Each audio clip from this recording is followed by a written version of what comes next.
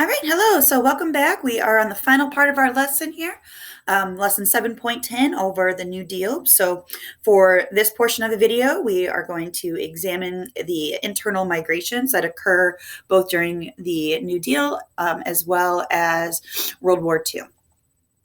So what we see is that the increased demand for war production as well as labor during World War II, as well as economic difficulties that Americans were facing during the Great Depression, are going to lead them to migrate, particularly to urban centers within the U.S.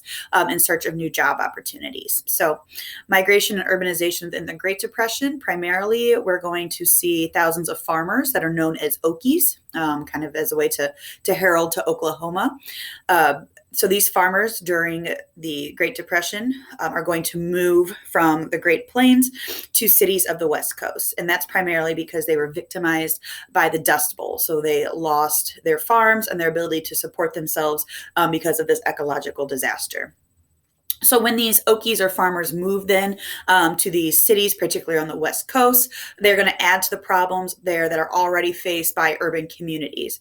And some communities are going to become defensive or even offensive, and they begin to arrest these migrants or prohibit them from settling in these urban centers. As far as they're concerned, they can't handle the problems already within these cities, much less the added burden of these new migrants who are there competing for what little jobs exist within these urban centers. On the flip side, what we see in World War II is that the government is going to have many large contracts for wartime supplies, and that this is going to lead to a booming demand for industrial workers.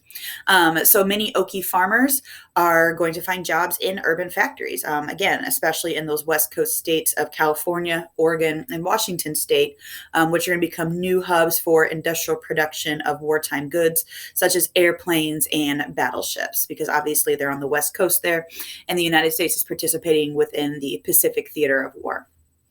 On the flip side of that, the Great Migration, which had slowed down significantly during the Depression because of that lack of jobs, is going to pick back up again as Black Americans from the South are going to move to these industrial cities, again, to take advantage of those jobs that are within these wartime factories.